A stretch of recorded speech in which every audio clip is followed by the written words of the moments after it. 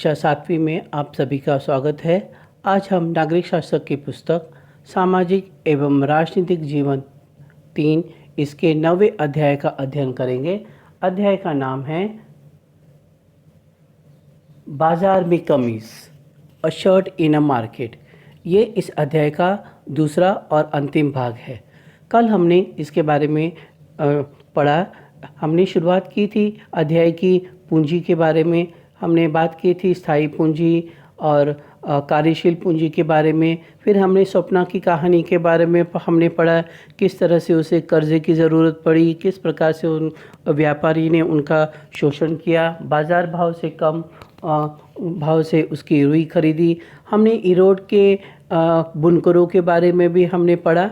आज हम इसके आगे हम पढ़ेंगे। Yesterday we have begun this lesson with our discussion about the capital, types of capital, that is a fixed capital, working capital.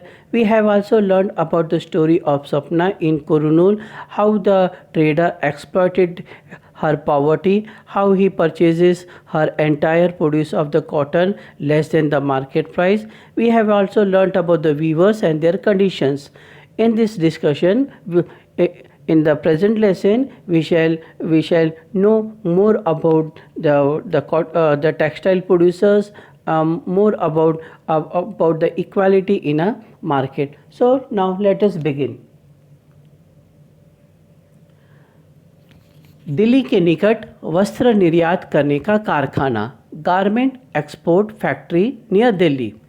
Erode के व्यापारी बुनकरों द्वारा निर्मित कपड़ा दिल्ली के पास सिले सिलाए वस्त्र निर्यातक कारखाने को भेजता है। ये कारखाने कमीज़ें बनाती है। ये कमीज़ें विदेशी खरीदारों को निर्यात की जाती है। कमीज़ों के विदेशी ग्राहकों में अमेरिका और यूरोप के बड़े व्यापारी हैं जो स्टोर्स चलाते हैं। ये व्यापारी अपनी शर्तों पर व्यापार करते हैं। इनकी शर्तें क्या हैं कि शर्ट की कीमत यानी माल की कीमत कम से कम हो, सामान उच्च गुणवत्ता वाला हो, जो भी ऑर्डर दिया जाता है वो ऑर्डर समय पर पूरा किया जाए और सामान पूरा दोष मुक्त होना चाहिए, यानी किसी भी प्रकार का डिफेक्ट नहीं होना चाहिए। यदि ऐसा होता है तो वो पूरा का पूरा अपना कंसाइनमेंट रद्द कर देते हैं। तो ये उनकी सबसे पहली प्राथमिकता है कि चीज़ें सस्ती होनी चाहिए, उच्च गुणवत्ता वाली होनी चाहिए, समयबद्ध सीमा में उसको हमें आपूर्ति करनी चाहिए और सामान दोष मुक्त होना चाहिए। Garment export factory near Delhi. Erode merchant send clothes manufactured by weaver to the stitch textile exporter factory near Delhi. This factory makes shirt. These shirts are exported to the foreign buyers. Among the shirts, overseas customers are large merchants in the US and Europe who runs the store. These traders trade on their own terms. Their conditions are as such: a purchase at a lower price, means they quote a lower price. Whosoever provide them material at the lower price, they make an agreement with that trader, but they do not compromise with the quality of the product. Quality should be very high. Third condition, the said consignment should be supplied in a stipulated time period. After that, they would reject entire consignment. They will not compromise at any cost. And last one, it should be a baggage free, means there shouldn't be any kind of defect in the consignment, in the shirts or in the materials provided by them. Over that condition, they used to import the material from the other countries, and since they are the big business tycoons, they do not come. They have a huge departmental store. They do not compromise at the quality and the price of the product. Garments export factory near Delhi. ग्राहकों के ओर से बढ़ते दबाव के कारण वस्त्र निर्यातक निम्नलिखित उपाय करते हैं। Faced with such increasing pressure from customer. The exporters of the garment factories adopt the following measures. Number 1, पहला, खर्चे में कटौती करने का प्रयत्न. Try to reduce the cost of production per unit, यानी अपना कॉस्ट ऑफ प्रोडक्शन मिनिमम से मिनिमम रहे, कम से कम रहे, उसके लिए वो उपाय योजना करते हैं. और वो ऐसा किस प्रकार कर पाएंगे? जो लेबर इनपुट्स है उस पर सबसे कम खर्चा करना, यानी लेबर्स को सबसे कम दाम देना. बाकी की भी जो आगतें हैं, बाकी की जो भी इनपुट्स है उस पर भी कम से कम खर्चा करना. तो ये कॉस्ट ऑफ प्रोडक्शन में ये कामगार और जो बाकी की जो खर्चे हैं वो व्यय कम करके वो अपनी कीमत को घटा सकते हैं. सेकेंड, न्यूनतम मजदूरी देकर अधिक काम लेना. Minimum wages to the workers but maximum working hours. Every entrepreneur is interested in employing a labor at a very cheap rate, and they want that those laborers should work for more than 8 hours at a very minimum wage, and thus their scale of production increases, and the amount of the wage he give to the worker should be minimum. So this way he would be able to decrease the cost of the production of the shirt. लाभ बढ़ाने के साथ विदेशी ग्राहकों को सस्ते दामों पर वस्त्र उपलब्ध कराते हैं. Maximising their profit and supplying their garments at cheaper possible rate. कभी कभी क्या होता है, विदेशों में अपने उत्पाद का बाज़ार तय करने के लिए वो वस्तुओं की कीमत जानबूझकर भी कम रखता है, यानी वो कम से कम लाभ तत्वों पर काम करता है. अधिक जो है प्रॉफिट मार्जिन नहीं रखता. एकदम न्यूनतम मूल्य वो निर्धारित करता है, जिससे मात्र उसका जो निर्माण खर्चा यानी वो निकल पाए.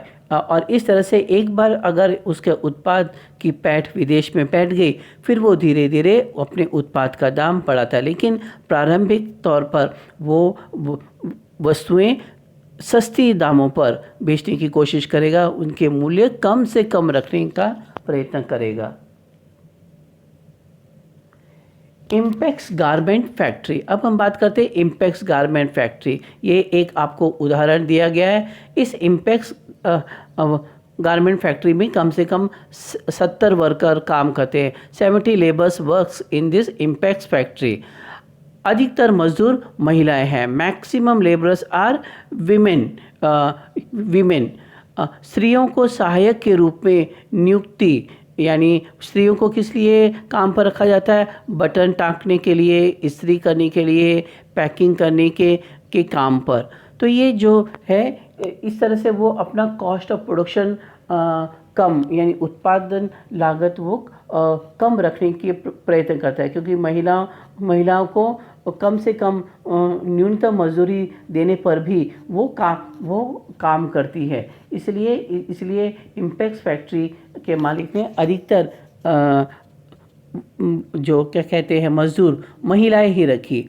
Maximum labours womens who employed as an assistant for thread cutting, buttoning, ironing, and packing. This way, the factory owner tries to keep the wages at the minimum level and keep the cost of production per unit of the shirt at the least level, so that he could earn more and more profit. And these ladies are employed as an assistant. They are not put to work independently, but they are meant for the assisting the tailor. And what tasks are entrusted to these women? They are given the task of thread cutting, buttoning, ironing and packing. अधिकांश कामगार अस्थायी होते हैं. The maximum numbers of the laborers are temporary. Why? Because the garment industry depends upon the upon the season, whatsoever the seasons are there, depending upon that the particular garments are prepared. If we take the example of India, there are certain festive season when the demand of the clothes increases, increases, and that's why to fulfill the demand of the market, more and more labors are required. At that time, such type of the labors are employed on a large scale for a specific period of the time or during the specific season when the demand is at the peak. अधिकांश कामगार अस्थायी होते हैं क्योंकि ये जो वस्त्र बनाने का उद्योग है वो मौसम पर आधारित होते हैं। अलग अलग विभिन्न मौसम में विभिन्न कपड़ों की मांग होती है। यदि हम भारत जैसे देश की बात करेंगे तो यहाँ पर त्योहारों में कपड़ों की मांग बढ़ जाती है, और इसलिए जब बाज़ार में जब कपड़ों की मांग अधिक हो जाती है तो ऐसे सूरत में जो कारखाना मालिक होता है वो अपना उत्पादन का पैमाना बढ़ाने के लिए अधिक से अधिक मज़दूरों की नियुक्ति करता है। तो इसलिए यहाँ पे ये जो उद्योग है ज़्यादा से ज़्यादा अस्थायी तौर पर ही चलते हैं। दर्जी को ही सबसे ज़्यादा मजदूरी दी जाती है। The master tailor gets a maximum remuneration because he is skilful in cutting the cloth in size he decides the pattern of the garment like that. So he is a well expert, skilled in doing so, and the whole of the garment market depends upon the skill of this tailor. That's why he gets a maximum remuneration. दर्जी ही वो है जो आपके कपड़े आपके माप में सीता है, वो नए फैशन के अनुरूप जो कपड़ों की सिलाई करता है, और इस काम में वो निष्णात होता है और उसी के द्वारा माप लिए गए और काटे गए कपड़ों को बाद में ये सिलने के लिए दिए जाते हैं, और इसीलिए इन दर्जी को सबसे ज़्यादा पगार मिलता है। यहाँ पे मज़दूरों का भुगतान, ये इस टेबल को आप ध्यान से देखिए। दर्जी को प्रति माह 3,000 रुपये दिए जाते हैं उनको वेतन के रूप में। इस्त्री करना, प्रेस करना 1.5 रुपये प्रति शर्ट या प्रति पीस, जितने भी आप पीस प्रेस करेंगे उसके हिसाब से 1.5 रुपये। जांच करना, इंस्पेक्शन करना, कहीं कोई डिफेक्ट तो नहीं है, इसको जांच करने के लिए करने वाले जो व्यक्ति है या कामगार है उसको 2,000 रुपये दिए जाते हैं।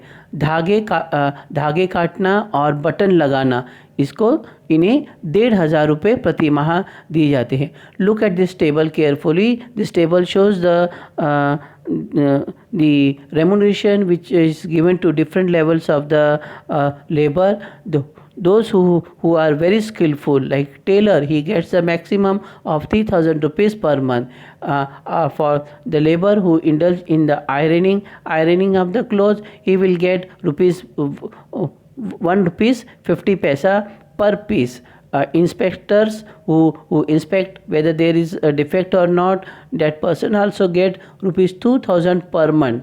And for buttoning and thread cutting, the person will get 1,500 rupees per month. So these are the various levels of the remuneration, depends upon the skills of the labor. Maximum the skill, maximum will be the remuneration and vice versa. जितना ज़्यादा आप में कौशल होगा, निपुणता होगी, जो कि वस्त्र उद्योग में सहायक होगी, उसको उतना ही ज़्यादा पगार मिलेगा, उतना ही ज़्यादा उनको भुगतान किया जाएगा। संयुक्त राज्य अमेरिका में वह कमीज़, a shirt in the United States of America. संयुक्त राज्य अमेरिका में एक शर्ट 426 रुपये प्रति डॉलर या भारतीय कीमत में 1,200 रुपये में बेची जाती है। कमीज़ों के व्यवसाय ने वस्त्र निर्यातक से वो कमीज़ 200 रुपये प्रति कमीज़ के हिसाब से खरीदी और उसने 300 रुपये उसमें संचार द्वारा विज्ञापन के लिए खर्च किए। इसके बाद प्रति कमीज़ की कीमत ₹100 स्टोर में रखने, प्रदर्शन तथा अन्य यूनिट्स में खर्च किए। देखिए यहाँ पर आपको अलग अलग वर्गीकरण दिया गया है कि एक निर्यातक ने किसी भारतीय भारतीय ये उद्योजक से ₹200 में शर्ट खरीदी, फिर उसने उस पर ₹300 खर्च किए उसका ट्रांसपोर्टेशन और एडवर्टीजमेंट पर। ₹100 उसने खर्च किए अपने अपने डिपार्टमेंटल स्टोर में रखने के लिए। इस तरह से उसका कुल खर्चा एक शर्ट पर कितना आया? 600 रुपये। लेकिन वो शर्ट उसने कितने में बेची? 1200 में। तो इस तरह से उसने कितना लाभ कमाया? 600 रुपये। देखिए इस तरह से उस व्यक्ति की कीमत शर्ट की कीमत 600 रुपये पड़ी, जबकि वो उसे 1200 में बेचता है। उस कमीज पर वो 600 रुपये शुद्ध नफ़ा यानी मुनाफा कमाता है। वही दूसरी ओर वस्त्र निर्यातक ने प्रति कमीज 200 रुपये के हिसाब से बेची। कपड़ा वो कमीज में लगने वाले अन्य कच्चा माल का मूल्य 70 रुपये प्रति कमीज था। अभी हम ये बात करें एक कारखाने के बारे में जहाँ पर एक शर्ट बनाई जा रही है। शर्ट बनाने के लिए जो कच्चा सामग्री है, जो रॉ मटेरियल्स है, वो कारखाने वालों को कितने में पड़ा? 70 रुपये में। उसने प्रति शर्ट पर मजदूरी कितनी दी? 15 रुपये। उसको कार्यालय चलाने के लिए खर्च कितना पड़ा? 15 रुपये प्रति शर्ट। तो इस प्रकार से उस शर्ट को बनाने में कितनी कीमत आई? 100 रुपये में। लेकिन उस व्यवसायी ने उस शर्ट को कितने में बेचा? 200 रुपये में। तो उसका कुल मुनाफा कितना हुआ? 100। इस तरह से देखिए, चाहे ये कारखाना मालिक हो जहाँ पर शर्ट बनाई जा रही है, चाहे फिर वो जो अमेरिका में स्थित एक डिपार्टमेंटल स्टोर का मालिक हो, दोनों के दोनों लाभ कमा रहे हैं। लेकिन इस लाभ में कुछ आपको अंतर नज़र आया? जहाँ पर विदेशी उद्योजक या बड़े उद्योजक या बड़े जो स्टोर्स व्यापारी वो बहुत ज़्यादा मुनाफा कमाते हैं, लेकिन जो उत्पादक होता है उसको कम मुनाफा मिलता है। इस तरह से दोनों ने 100% लाभ कमाया, परंतु मजदूरों को कम पारिश्रमिक मिला, उत्पादक को उससे ज़्यादा पारिश्रमिक मिला, और ये डिपार्टमेंटल स्टोर्स को सबसे अधिक मुनाफा हुआ। तो बाज़ार में देखिए सभी को मुनाफा बराबर बराबर नहीं मिलता। A shirt in United States. A shirt in United States is sold at 426 US dollar or around 1200 rupees. A business person purchases shirt from an exporter for 200 rupees. He spent rupees 300 on advertisement and another rupees 100 for a storage. See, a US merchant imports some garments from India, and he fixed the price of that garment in his store at $426, or you can say 1200 rupees, 1200 rupees in Indian currency. That business person cost price per shirt was 200 rupees. He invests rupees 300 for advertisement and transportation, and incurs rupees 100 as a cost for keeping that shirt in a display in his big departmental store. So overall cost of production, overall cost price of a shirt for this trader is rupees 600, but he sold that shirt for rupees 1200. So how much profit he earned? He earned rupees 600 net profit over one shirt. On the other hand, garment exporter paid rupees 15 to the worker per shirt and incurs rupees 70 as for raw materials like yarn, cloth, etc. for preparing that shirt. He has incurred another rupees 15 for running his office in the market. So now the total cost price for the industrialist for producing one shirt is rupees 100, but he sold that one shirt to the foreign trader at rupees 200. So how much profit he earned? He earned net profit of rupees 100 per shirt. So now you can see that both of them, whether the foreign trader or whether the industrialist of India, they both earn the profit. But you can compare the level of the profit they earn. Since the departmental store owner, he earned more profit, that is rupees 600, whereas the producer earned only rupees 100. So there is a margin of the profit between margin of the profit among the traders. If the biggest is the trader, or the rich traders earns more profit because he is able to take risk, he is able to bear the risk. And the producer, he also earns a profit, but his cost of product, his profit depends upon the cost price of that particular product, because he cannot bear that much of risk as the risk borne by the big merchant.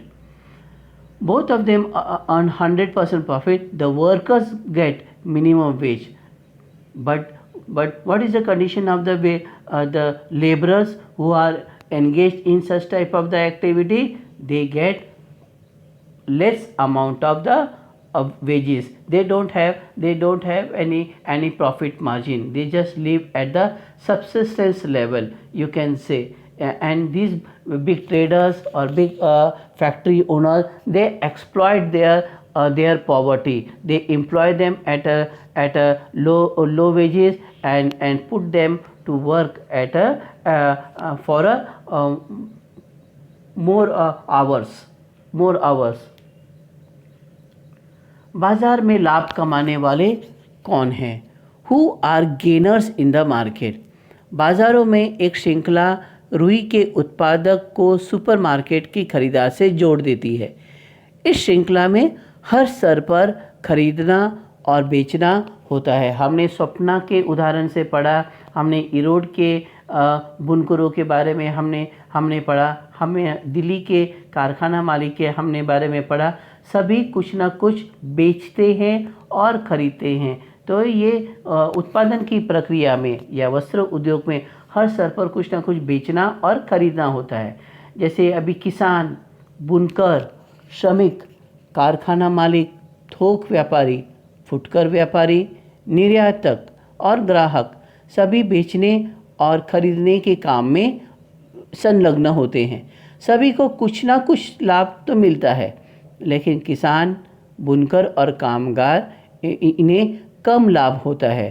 क्यों? क्योंकि वो गरीब है और क्योंकि वो उत्पादन प्रक्रिया के पहले स्तर पर है। जो भी रॉ मटेरियल यानी कच्ची सामग्री बेचेगा उसको कम लाभ मिलेगा, क्योंकि और वैसे भी कपास एक कृषि उत्पाद है, हम इसको ज़्यादा समय तक स्टोरेज में नहीं रख सकते। जितना लंबा उसका भंडारण समय होगा उतनी ही उसकी गुणवत्ता में कमी आती जाएगी। इसलिए जो भी किसान होता है वो अपना उत्पाद जल्दी से जल्दी बेचना चाहता है, जो भी दाम मिले, अच्छा दाम मिले उस दाम पर। वैसे ही बुनकर क्योंकि उनको रोजी रोटी का प्रश्न होता है, उनको मजदूरी का सवाल होता है, तो जो भी व्यवसाय उनको मिलता है वो व्यवसाय वो अपना लेते हैं, जिनसे उनका घर द्वार चलता रहे। तो ये जो लोग होते हैं प्रारंभिक स्तर के उत्पादन प्रक्रिया, इनको हम कहते हैं अत्यधिक ज़रूरतमंद, हैवीली नीडेड पर्सन, क्योंकि उनके पास तो निवेश करने लायक पैसा नहीं होता। वो केवल अपने 2 समय के ज़रूरतों को पूरा करने के लिए ही धन कमाने की कोशिश करते, तो ये ज़्यादा जोखिम भी नहीं उठा सकते, इसलिए इनको बाज़ार में सबसे कम लाभ। जबकि बड़े उद्योजक, बड़े व्यवसाय या निर्यातक, इनके पास पूंजी की कोई कमी नहीं होती, ऋण लेने की इनको कम ज़रूरत पड़ती है या उनको ऋण भी सहज मिल जाता है, और इसलिए ये जोखिम लेने के स्तर पर होते हैं और इसीलिए ये बाज़ार में ज़्यादा लाभ कमाते हैं। Who are gainers in the market? A chain of market links the producer of cotton to the buyers at the supermarket. Buying and selling takes place at every step in the chain. Farmers, weavers, laborers, factory owners, whole, uh, whole- wholesale traders, retailers, exporters, and consumer. Everybody is involved in selling and purchasing. We have learned from the story of Sapna. Later on, we have also learned about the Erode weaving community, and we have seen how in during the putting out system, in the putting out system, Dadan Vyavastha. Uh, um, how they were exploited in that contact work system. These are the person who reap the less profit because they live in a subsistence condition. They were just hand to mouth. They don't have plenty of the capital. And definition of capital I have earlier told you. So they don't have sufficient capital. They don't have sufficient to mortgage. That's why they can't run their business, and they are solely dependent upon the mercy of the traders or the merchant. They have what do you say, the main hurdle of the employment. They want to seek employment so that they could earn bread and butter for their family. But the range of the profit to the farmer is bigger. I have just now told you. Whereas the big industrialist, exporters, and departmental store owner reap more and more profit because they have plenty of the capital. They are able to take risk. Moreover, where all the big business banks, they are ready to give the loan, and they are able to give mortgage to the banks, and that's why they don't have that much of problem of capital, and that's why they exploit these farmers and producer the first level during the production. That's why in the market there is no equality among the producers producing what to say cloth, and the laborers who are involved in such type of the activity.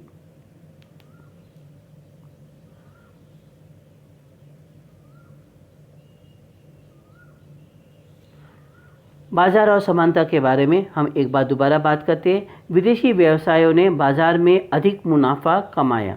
उनकी तुलना में वस्त्र निर्यातक का लाभ मध्यम श्रेणी का रहा। दूसरी ओर वस्त्र निर्यातक फैक्ट्री के कामगार मुश्किल से केवल अपनी रोज़मर्रा की ज़रूरतों की पूर्ति लायक ही कमा सके। इस प्रकार हमने देखा कि कपास उगाने वाली छोटी किसान और इरोड के बुनकरों ने कड़ी मेहनत की, लेकिन बाज़ार में उन्हें उनके उत्पाद का उचित मूल्य नहीं मिला। व्यवसायी या व्यापारियों की स्थिति बीच की है। बुनकरों की तुलना में उनकी कमाई अधिक हुई, लेकिन निर्यातक की कमाई से बहुत कम। इस तरह से बाज़ार में सब बराबर नहीं कमाते। लोकतंत्र के अंतर्गत सबको बाज़ार में उचित मजदूरी मिलनी चाहिए। इसीलिए हमारे यहाँ पर न्यूनतम श्रमिक मूल्य यानी न्यूनतम श्रम मूल्य उसका भी निर्धारण किया गया है। किसी भी श्रमिक को 8 घंटे की मजदूरी के लिए कम से कम 500 रुपये की जो मजदूरी मिलनी चाहिए, ऐसा श्रम मंत्रालय ने, भारतीय श्रम मंत्रालय ने घोषित किया। एक और बाज़ार लोगों को काम करने, उन चीज़ों को बनाने और बेचने का अवसर देते हैं तो जो वे उगाते हैं या बनाते हैं। किसान यहाँ रुई बेच सकता है तो बुनकर अपना बनाया हुआ कपड़ा। दूसरी ओर बाज़ार से धनवान और शक्तिशाली लोग ही प्रायः सबसे अधिक कमाई करते हैं।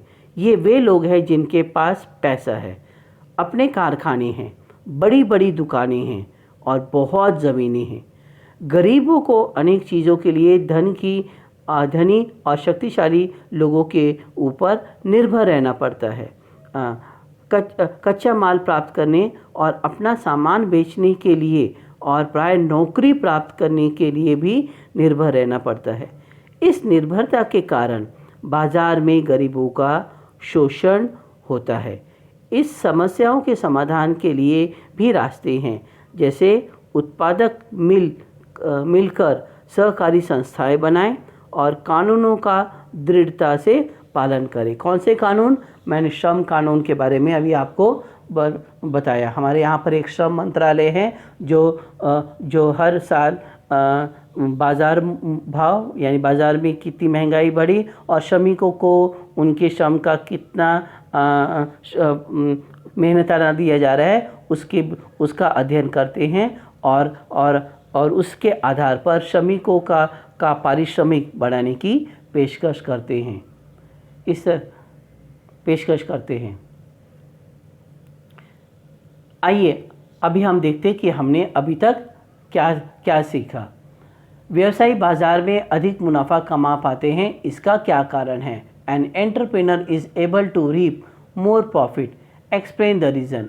व्यवसायी एक अमीर व्यक्ति होता है, उसके पास अधिक पूंजी होती है, निवेश करने की अधिक क्षमता होती है, उसके पास बड़ी बड़ी दुकानें और भूमि होती है। छोटे उत्पादकों कामगारों को कई बातों के लिए उन पर निर्भर रहना पड़ता है, ऋण, कच्चे माल, सामान बेचने के लिए। इस निर्भरता के कारण उन्हें कम मजदूरी और अपने सामान की कम कीमत मिलती है, उनका शोषण होता है। तो इसी प्रकार के शोषण के अनुसार के कारण व्यवसायी बाजार में अधिक मुनाफा कमाता है। A businessman is a rich person, has more capital, more ability to invest. He has big shops and land. Small producers, workers have to depend on them for many things to sell their product, raw materials and good. This dependency leads to low wages and low price for their product. This way, an entrepreneur earns more profit. इस तरह से ये पाठ समाप्त हुआ। इस पाठ के सभी प्रश्न उत्तर आप गृह कार्य के रूप में करके लाएंगे और जो मुद्दे नहीं समझ में आए या उनमें समझने में कठिनाई आई, आप बेधड़क मुझसे पूछ सकते हैं। धन्यवाद।